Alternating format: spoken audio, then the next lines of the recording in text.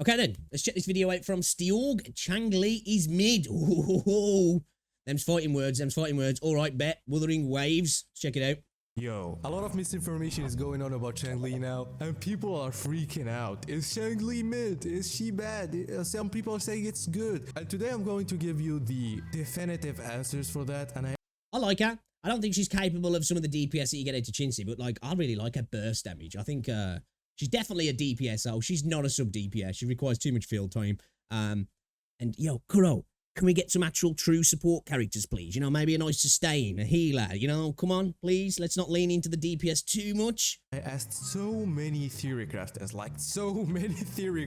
I wanted to make the video yesterday, but I had to make more research, and for now, I got very similar answers. So today, let's go on a little journey. You know, it do go Changli is down. mid or one of the best characters. So now the main problem why people are having a problem with Changli is that she is hard to play as a main DPS, especially when you compare her to a character like Jian or even Jinsei, because Jian is kind of brain dead, but some people are saying Yep, I agree with this. I do agree with this. I like her. I think you can get good DPS, but you know, there's no reason to use her above Jian or Jinsei. You know, there's just not. And that kind of makes it a problem for her.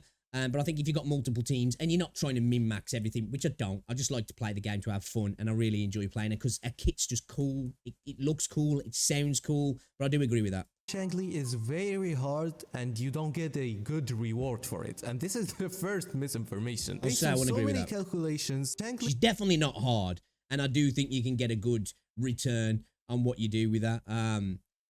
I think she's a great burst damage character, isn't she? She has either the same amount of damage as Jian, or with some other calculations it's like 1 or 2% difference. So she basically has the same power as Jian. But the thing is, she's harder than Jian. So the thing is, Jian gives you so much. I want to say that she's harder than Jian.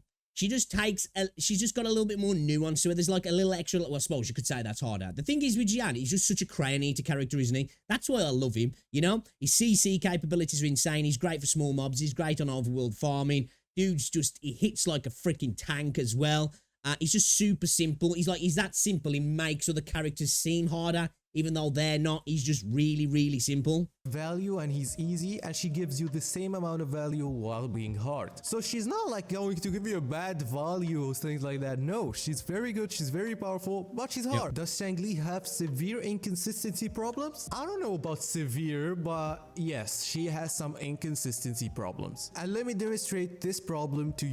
Interesting. I haven't really noticed that myself. Anything severe, at least. Anyway, I'll be curious to see what people are talking about here. You right now. If you look at the first and second basic, it's a very normal animation. That is easy. I'm guessing what I think they might be talking about is the actual length of time in some of the animations potentially here. Easy to hit. Now if you look at the third animation, this is a dash and it has a weird hitbox that can mess up sometimes, not all the time. And the problem is, it's not only about the third, but also about the fourth, because these two, the fourth one out of all of them, basic attacks are the problem with her. And the thing is, Changli has two combos, and in one of the combos, the third and fourth basic attack should be used to complete this combo. And I can see why people are saying that it's not consistent. If you land it, you're doing big damage, but it's not actually a very big deal, but it is a problem to be acknowledged. But it is definitely an issue.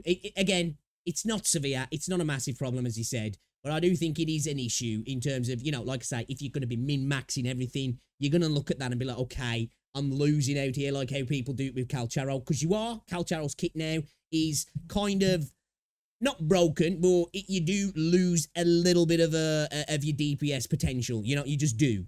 And obviously the standing still and all that sort of stuff, it's not optimal. But again, I think if you're min-maxing, these are definitely issues. Somebody who doesn't necessarily want to min-max, as long as I can clear content, I'm happy. I don't have to be the most efficient. But for people who really want to be as efficient as possible, you know, they are going to see that as a problem, I guess. But the big reason why this is not a big problem is the second combo that you can use on Changli. So here's the difference between the first and second combo. The first combo is you use your Phoenix, you plunge, you use your normal attack combo, and you use your third and fourth, and you get your conquest or whatever. You use your ability, you get your conquest, you use your ability, you get your conquest, and then you use your charge and use your ultimate. To fix that combo and not use the third and fourth, you can have the double intro combo, which is you build Concerto energy on the other two characters. You have to get almost full Concerto on her. So all you do is intro on her, do the first combo, and when you plunge, you switch, and then you use your intro again and skip the third and fourth attack, and also it saves time. So it's more consistent. That's a good point, actually. It does definitely save time. Again, this is definitely for the min-max effect, in my opinion. I don't think most people are necessarily going to worry too much about that, but sweats are. Consistent and slightly better. Now, some people are saying, okay, the character isn't that hard. I'm seeing something inconsistent, but what are you talking about? Okay, so here is the problem, or not the problem. I actually like the fact that Changli is very hard. I want a character that... Again, I agree with this. I don't want every character to be a crayon eater character. I love Jian because of that. And I would like to see in future more characters that are kind of just like a hammer for a nail, you know? They're coming like a tank. They smash it up. It's super simple. It's, you know, really basic, but it's cool. You know, you feel super powerful while you're using them and you can kind of go autopilot. So I do think these games need those sort of characters for when you are farming and you want to get it done as quick as possible. And you can just use a character that hits like a brick wall, but really is just super simple to use. And I'm not saying that Changli or these other characters are complex in any sense compared to other games, but there is a bit more nuance to them. But I do want more characters like that. I'll go a step further and like, I want more characters that potentially can give me more, but to get that, you really have to work with them, and they are for that sort of content when you're locked in, you're ready to go, and you know, you're firing on all cylinders. Not every character has to be simple. Because at the end of the day, then it makes everything boring. That's what gives a bit of variety to the game, because it makes you play the game differently and allows you to experience a game differently, doesn't it? It has very high skill ceiling and a low skill floor, like her. She has some easy combos that you can do, but also she gives you the ability to do some hard things. Why is that? Because she almost can cancel anything she does. You can switch out of your ability. You can switch out of your conquest. You can switch out of your charge attack. And this will give Changli a lot of room for switch into another character and doing a lot of these quick swaps and going here and there, then doing the normal, then swap into another character, then doing the charge, then swap into another character, and doing so many things in the same time. That's how crazy her combos can go. So Changli has this insane amount of combos that she can do, and that means that she has a low skill floor and a high skill ceiling, because of course... And that for me as well. It's some of the best ways to have mechanics in games is to allow you to get into it easily, but have a little bit of extra something. I didn't know you could switch on everything like that, to be fair, if I'm honest. I didn't know you could do pretty much cancellations on everything. I knew on quite a bit of it, but I didn't know all of that. So that's kind of, I've learned something new right there, if I'm honest. Again though, I want more of this in the game. I want more of this extra nuance, you know, where you're like, wow, okay, I didn't know about this. This character's built in a way that's designed to be learned further and allows a little bit of extra layers and complexity to the game. And then I also want a character that has that, but at the same time, he's just super freaking standard and super easy as well, you know? Of course, you can randomly switch to other characters and do a combo, but also if you understand this, you can do more combos, and in the future, she will have more with more characters. Of course, considering that the first two combos are her main combos that we are considering or talking about. Now, Jinse is still the best DPS in the game. She's better than Jian, she's better than Changli. She is. She's definitely, you can get the most DPS out of her. But again, Jian, you know, it depends what you're trying to get. Do you want to still hit hard but do it really easy? Jian's your man. But you want to get the extra little bit? Then she's definitely a girl. I absolutely love using Jinse. She's so much fun to use, actually.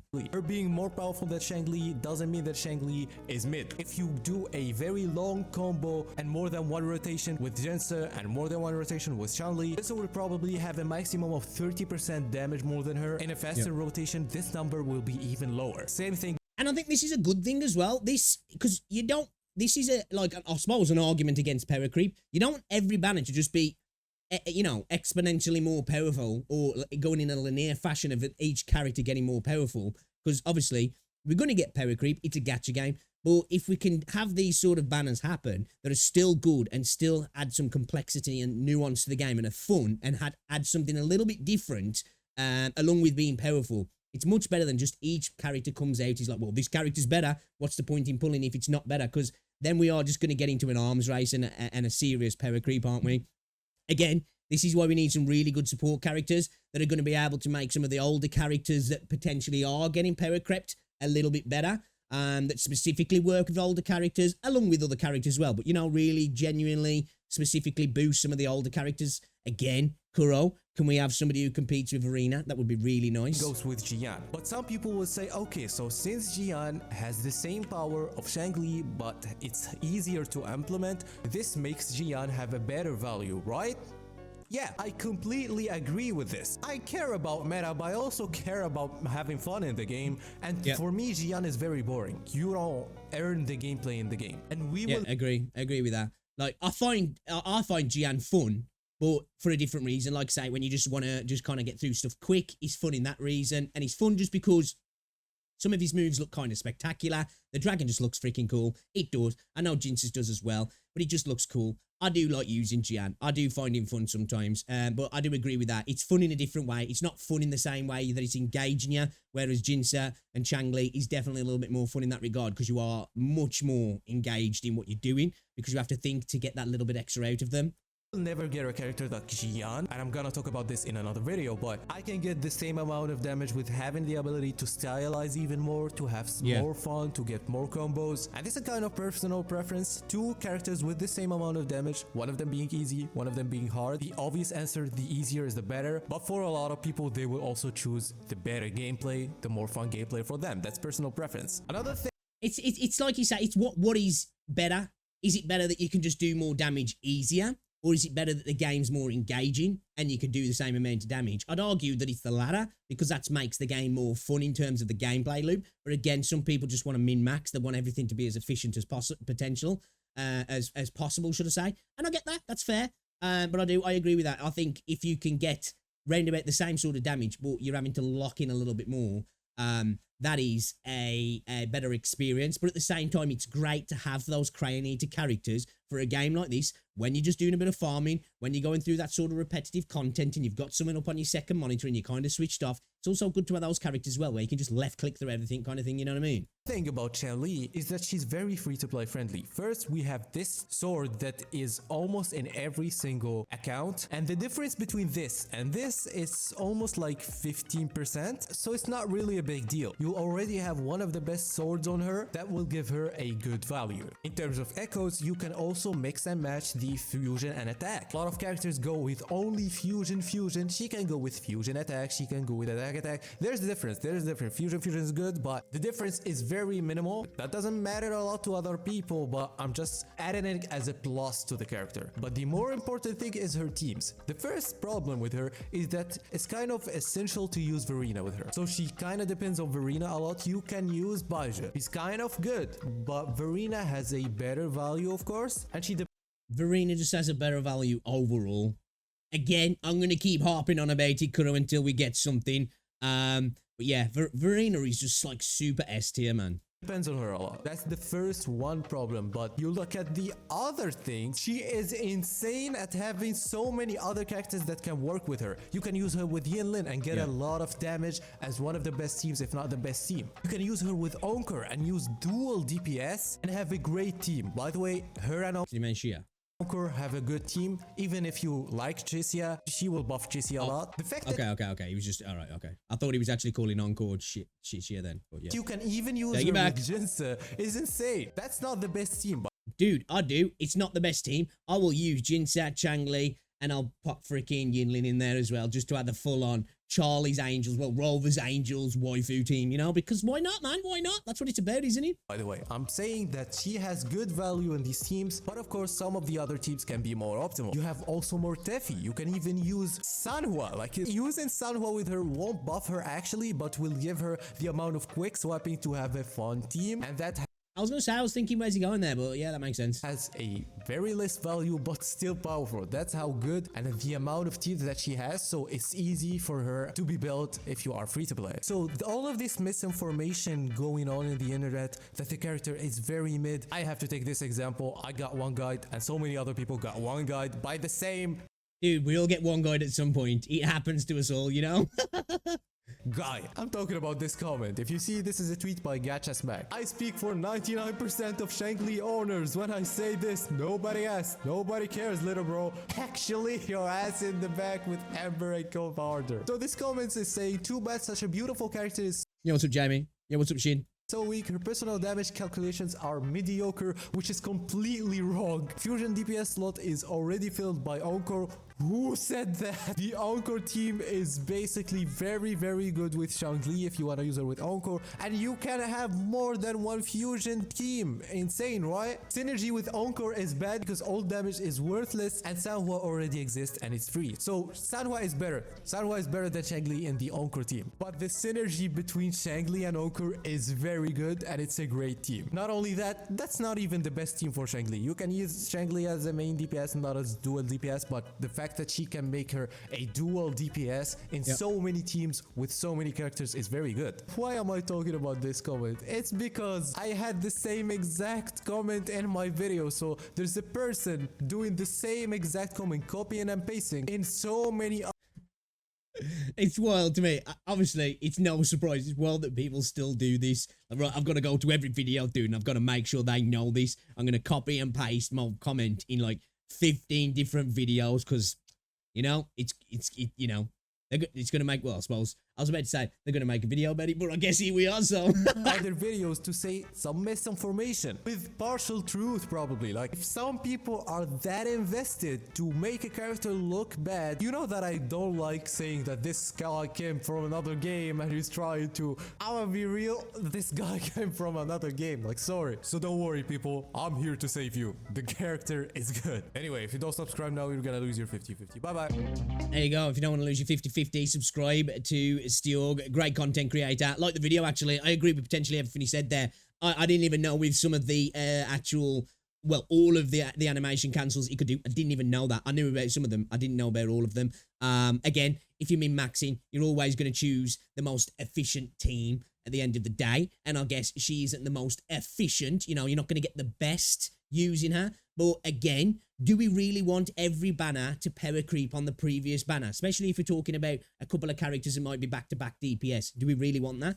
I don't think we do. I understand that we're going to want characters that are going to incentivize us to pull on the banner. I want that too.